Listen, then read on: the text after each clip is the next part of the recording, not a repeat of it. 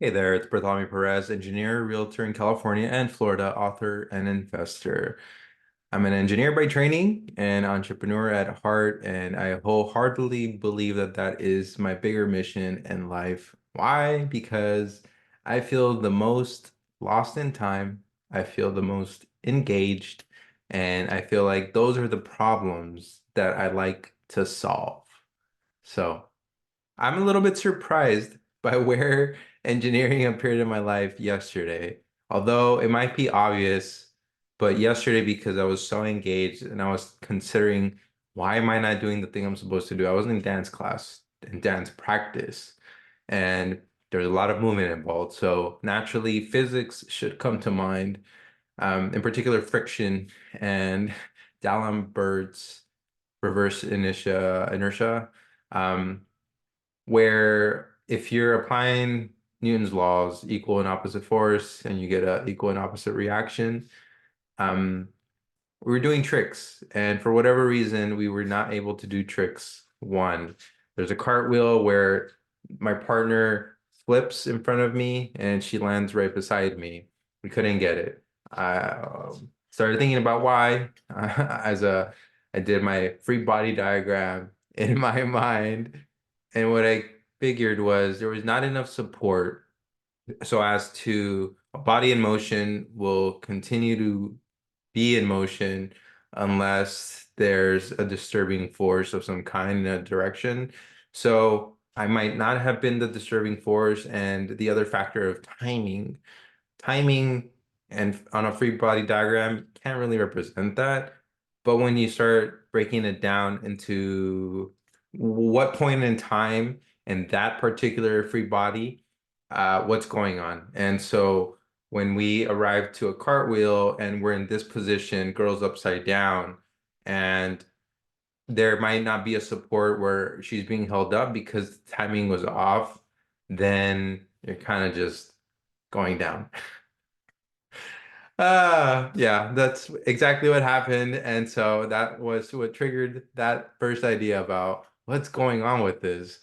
Second one, we were doing a different trick where we end up basically in a dip. She's beside me and she's supposed to become a stiff, rigid body and essentially go under my leg to pass through the back and then land right beside me, dip, and we go on our hit as to end that entire routine. So what was going on? I was falling forward. I was falling forward. So I think there were two things there. The friction, and because there was no rigid body that was actually gliding where it was supposed to glide, then now you had a fixed body. And so if I'm applying a force in one direction, I'm going forward. So because of that, then I figured, oh, duh, that's what's going on.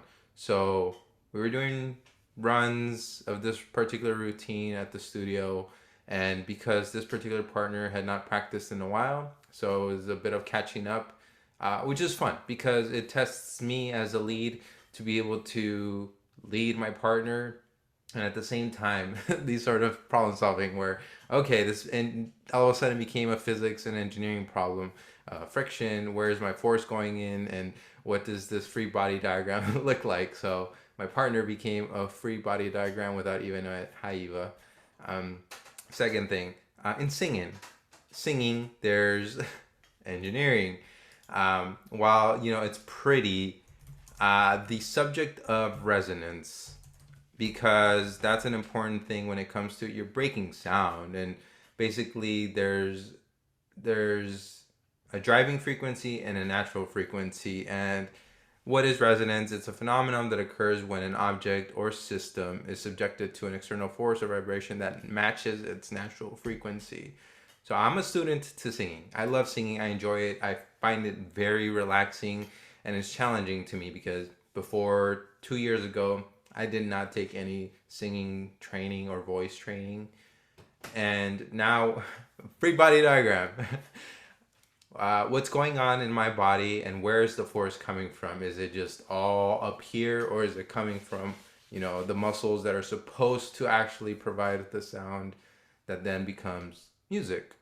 So I was thinking about my runs yesterday. The song I'm doing is Someone You Loved. And on the one side is where are the forces coming from? How is my air pressure? And where and how is the control of that air in the flow? And then I started thinking of the free body of the mouth, where it's either going to be a nozzle or a diffuser. Nozzle or diffuser, right? So positioning of the mouth, and then the other parts inside, so your tongue, because that plays a big part too. Like, how is it being positioned, and how are you using that? Because you have your muscles, you have what's going on in your mouth, how you're opening your mouth, and then the pretty stuff, like what are you doing with your face, and that can also affect your voice. So another application of engineering, which I was amazed. Anyway, a little engineering rant because that is my training formally, because that's what we're supposed to do. Because higher education, yes, it's important, absolutely. It's not the only route to success, and I think it's just one avenue to be able to find a fulfilling life of what it means to be a human being on our beautiful planet. The other part is I got more books. So lately I've been reading through books that I am going through right now. And so I'll often have 3 or 4 books at a time before I finish one. And so this is 2 more books that I ordered. And I'm gonna eventually review these, give a couple ratings of particular sections. So the first one is Choose Your Enemies Wisely by Patrick Bet-David. Why? Because I love his podcast. I love his interviews. I love him as a person. And he has a lot of family values and just values in general that I really can relate to. This particular book is what's the difference between your competitor and your enemy? So it's really going into driving forces of what is going to make you, you. Let me read the synopsis. A competitor will reveal your weakness in the market. An enemy will inspire resilience you never knew you had. Powerful resilience you never knew you had. A competitor will force you to work hard to stay in business. An enemy will get you out of bed every morning with fire in your eyes. I think it's important to state that the enemy could be yourself, right? Who you were yesterday as opposed to today, where today's version should be better because you were fighting the yesterday you that, okay, maybe he's procrastinating, maybe you were doing something you weren't supposed to, eating habits, whatever it might be. A competitor will show your team the number to beat. An enemy will create a passion that moves your team to blow past projected revenue. For a company to succeed, you must understand and analyze your competitors, but to achieve long-term domination, you need enemies to destroy. In Choosing Your Enemies Wisely, a serial entrepreneur and CEO, Patrick Bet-David, uncovers the key to a thriving business, finding the right enemy to pursue and bring down. There's more to that, but this, I think, phenomenal because it teaches you about where to really engage that motivation, because, hey, might all have an enemy or two lying around, so might as well just be aware of what and whomst that might be. And the second book is Elon Musk books. I think it's basically like a biography, and kind of also going into his enemy, right? And his upbringing. Why did I pick this up? Because science told me to get it. 1, 2, Patrick Bet-David talked about him and referenced him.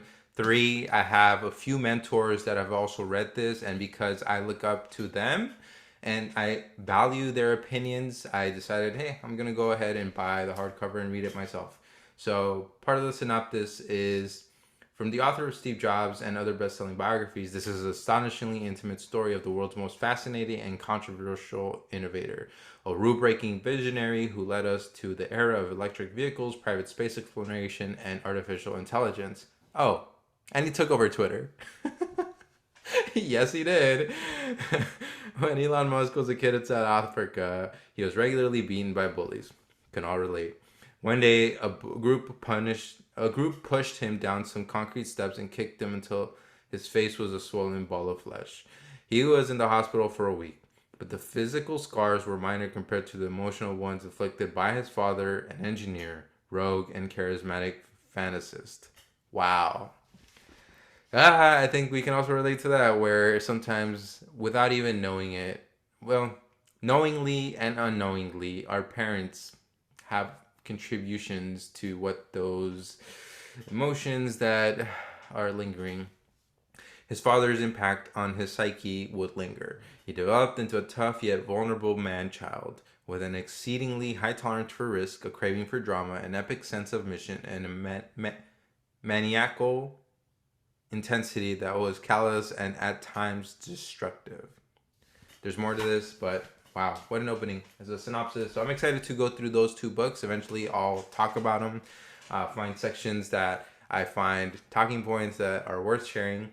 Anyway, today, really building the habit of recording one, because I was also asked, how do you find the confidence to talk on camera?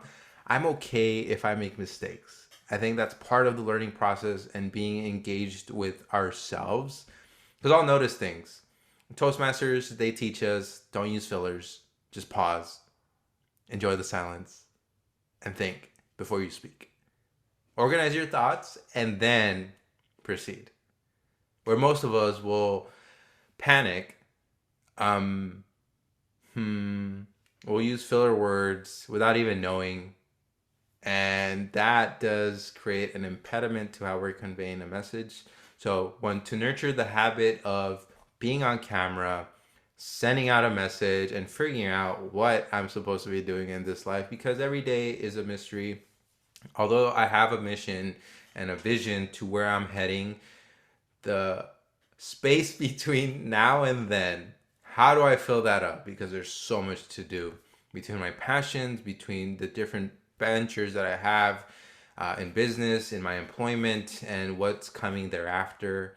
I'm studying for my Nevada licensing. And so, what does that look like right now? I'm at 5% of my training. There's a total of 120 hours for Nevada's licensing.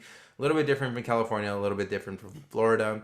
But nonetheless, it's something that I'm very interested in because that's my next step into investing and the next step as a realtor.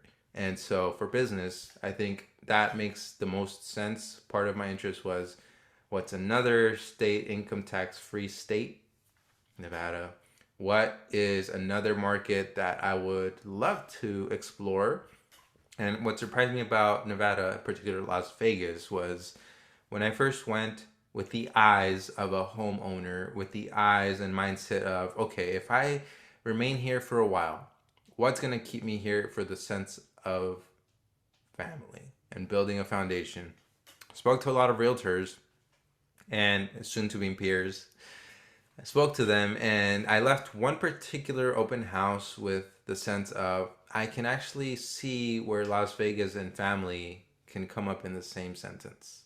It's not just Las Vegas and the strip. It's Las Vegas and family. So I was very much satisfied with that feeling. And thank you to that realtor for taking the time to just speak to me because it was an open house and we had a good 30-minute conversation before another customer came in. So a lot is going on right now. I love recording early mornings because I'm undisturbed and that lets me set the pace for the rest of my day. Wednesdays tend to be my longest days between waking up early, trying to record, and being at the studio, practicing, and then trying to get a gym sessions most days. So far, I am very happy with my progress, my commitment to my mission, and being consistent with recording, putting out a message, and trying to be as presentable as possible. I hope I'm engaging. I would love to hear feedback on what you'd like to hear. I'm always open to that. One thing though, I'm going to work on making myself less available because, well, twofold. If I'm asked a direct question and a mentee of some sort, whether formal or informal, goes out of their way to present their ideas and figure out logistics, I can accommodate that. If I'm asked to figure it out, sorry, I can't do the planning for you. So it's about coming in with a clear question and figuring out I can probably spare 20-30 minutes. So as long as that is something we can figure out, then great, because it's not my job to mentor you. You have to also come up with, okay, what is it you're looking for? I can't answer that for you. So part of that motivation is making better use of my time because I think content that I can produce that answers a majority of people's questions that might seem obvious to me, that is part of the goal. And so if I can do that, then great. Anyway, Bartholomew Perez, engineer, realtor in California and Florida, soon to be Nevada, author and investor, signing out. Until next time, Happy New Year and to be continued.